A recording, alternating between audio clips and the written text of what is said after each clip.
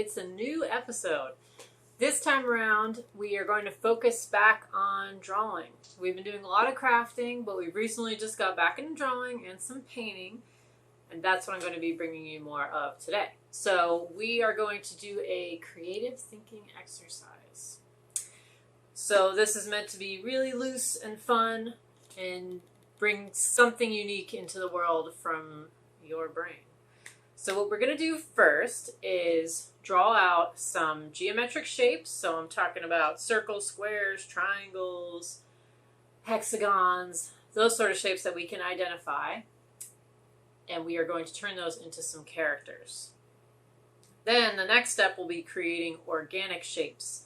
So organic means natural, and in this sense it means shapes that are a little wavy maybe, or just sort of whatever you can come up with, but they're not shapes that we can identify necessarily. So we're going to make some of those and turn those into characters too. So the idea here is just to start drawing, see whatever comes out of your head.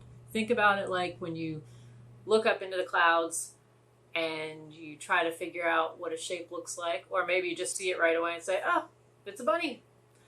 That's kind of what the idea is here. I love doing this. I'm pretty excited about it, and I hope you love it too. Now, before we get started, let's discuss what it takes to make characters look different. So we will likely need an eyes, nose, mouth, ears, eyebrows, all that good stuff. So let's first take a look at the eyes. We have a couple different sets here. So wide eyes, I went ahead and just drew some eyelids and little bags under the eyes, and then small dots and closed eyes. All right, here's what we look with small eyes, right? So here's all the different things you want to think about too. So the eyes that you make can all look pretty different. Not just because of the size and shape, but also where you space them. For instance, here we'll take those same size eyes and space them apart. Now you've got another variation. How about we take these eyes? Pretty simple. Let's jump over to noses. Here are quite a few different noses that you can create. We've got some button noses, some strong noses, upturned. There's a lot that you can do. And again, spacing makes a difference. Do you want it up high, or is it going to come down low? Here's our button nose. And I've got quite a few different mouths here. So we've got happy, sad, angry, worried, surprised. The mouth gives a lot of expression. There's some happy lips. And let's take a look at some ears now. Just a few different pairs of ears, and I went with the kind of elf ears because those are fun. Again, you can move those around too, up high, down low, mess around with that. You can come up with a ton of different characters. So you could use the same facial features, but depending on how you space them apart, your character can look pretty different. Eyebrows are great for expression. So we definitely need those to convey whether your character is angry, happy, sad, mad, surprised, anxious, melancholy, so many different things it could be. So first we've got kind of a sinister look, and I've gone ahead and messed around with some of those lines around the eyes too. So you can create some of those for more interest, especially here with our kind of worried look. It makes sense. But if we jump up to some happier eyebrows, we've got the eyelids on the top and not the lines on the bottom. So this is just a quick review to show you all the cool things that you can do as you're making these characters. So keep this in mind as you are drawing. Now that we've talked about facial features, let's go ahead and jump into drawing our shapes. First up, we'll draw geometric shapes. I'd say about 5 to 7 are good. I have a circle, square, triangle, rectangle, then I'm going to throw in a diamond, and lastly, a kind of wonky octagon. A ruler would have come in handy for that one.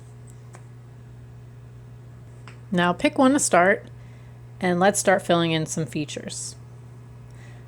So again, you can add whatever kind of nose. Think about if you want it to be big, small, upturned, strong, if you want it to be high up or low, because we're making kind of silly creatures, right? So these don't have to look like accurate people as far as proportions go. We can put our mouth, eyes, nose, ears, eyebrows, anywhere you want. Just depends on if you want it to look like a real creature or something totally made up, like it came from another planet or another dimension. So my first character is kind of human looking, and now I'm working on one that to me kind of looks like a frog. I always think of frogs, cartoon frogs anyway, having their eyes sit on top of their head.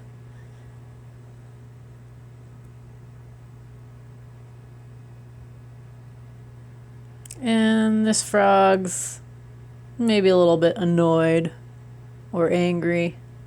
He's had enough. Hands on his hips, angry eyebrows.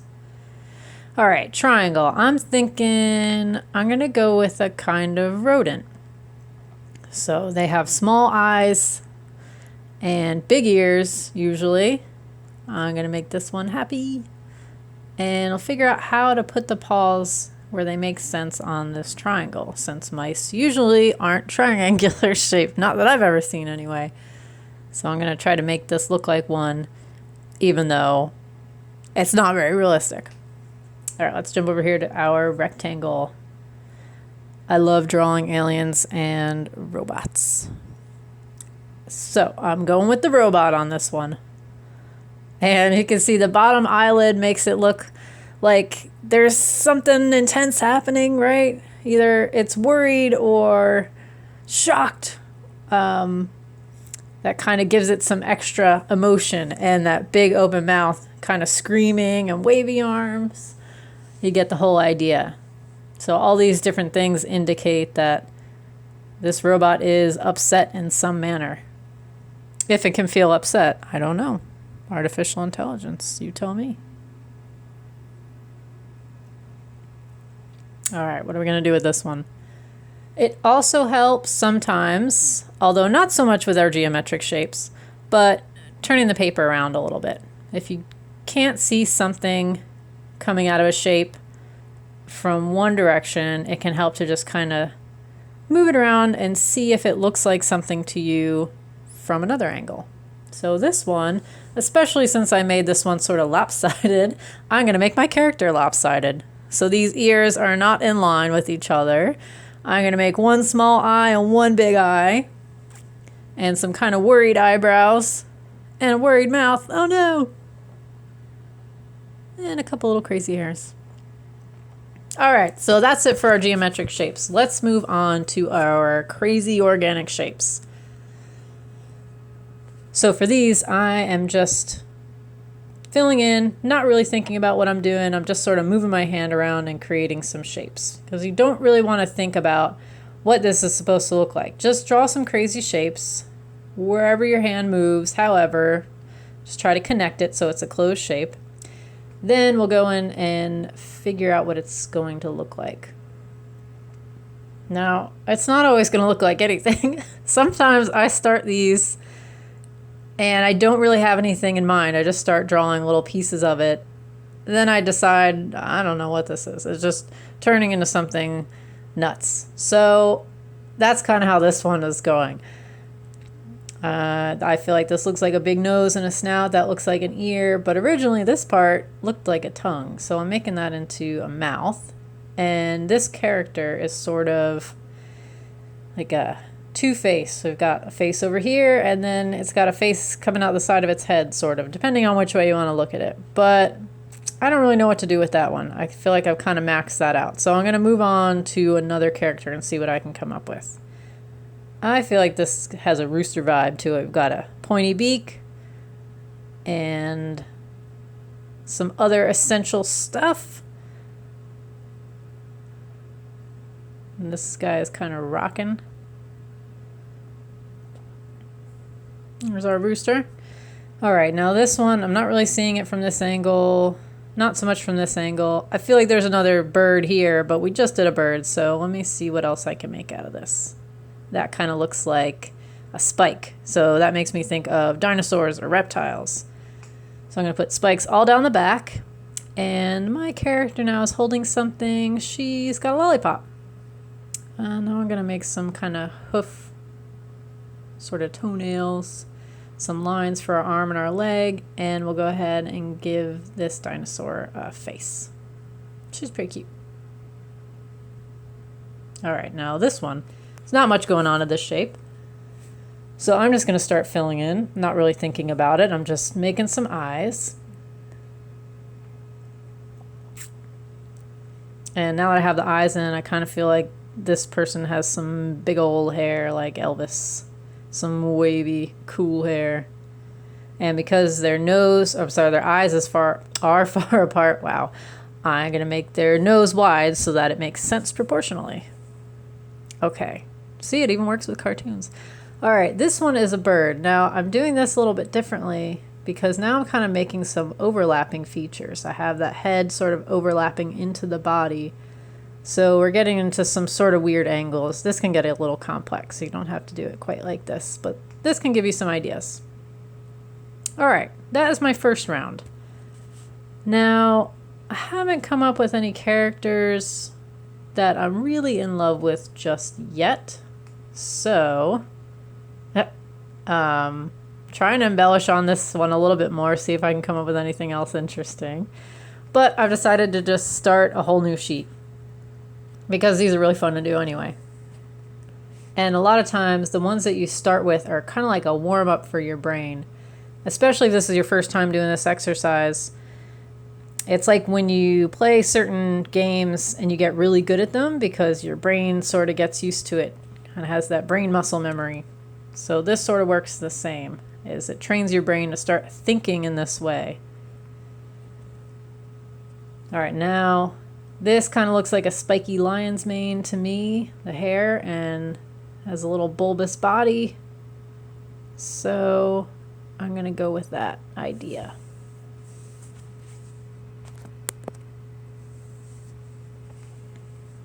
Give it some clothes.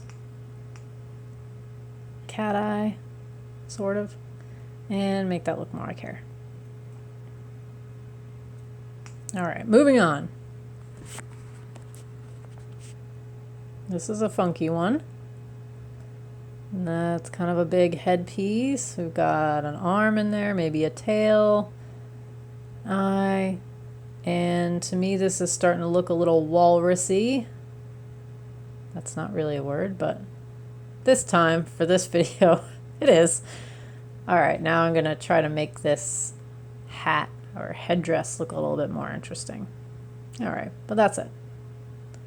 Okay, this one, and this might be a little bit tricky or difficult to see, but feel like I have like a big nose here, or a snout maybe. I'll put some teeth and a tongue. Those are my eyes. And on this occasion, I'm not going to give it a nose. I'm going to make some little wavy arms that kind of match the rest of the body as far as the style and shape.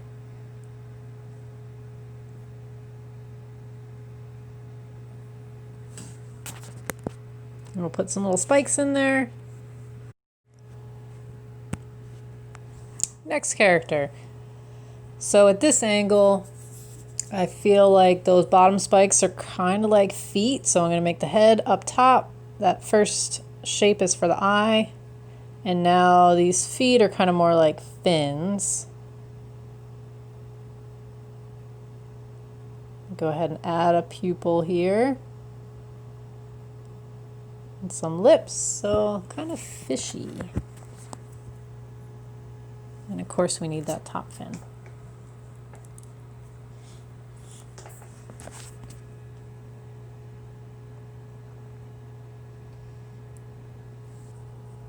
All right, making these into some ears. And I'll have to figure out how to make the rest of this body work. We kind of have some paws, although they don't really make sense. So I'm going to draw some extra lines and make it look like there's the front paws and the other paws are back behind. I'll make that a tail.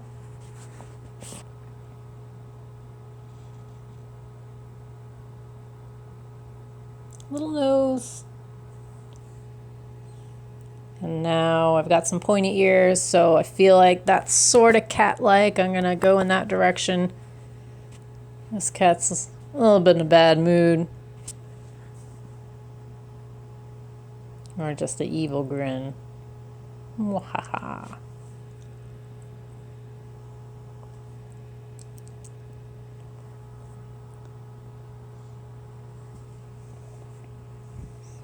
I promise I am working on this lighting.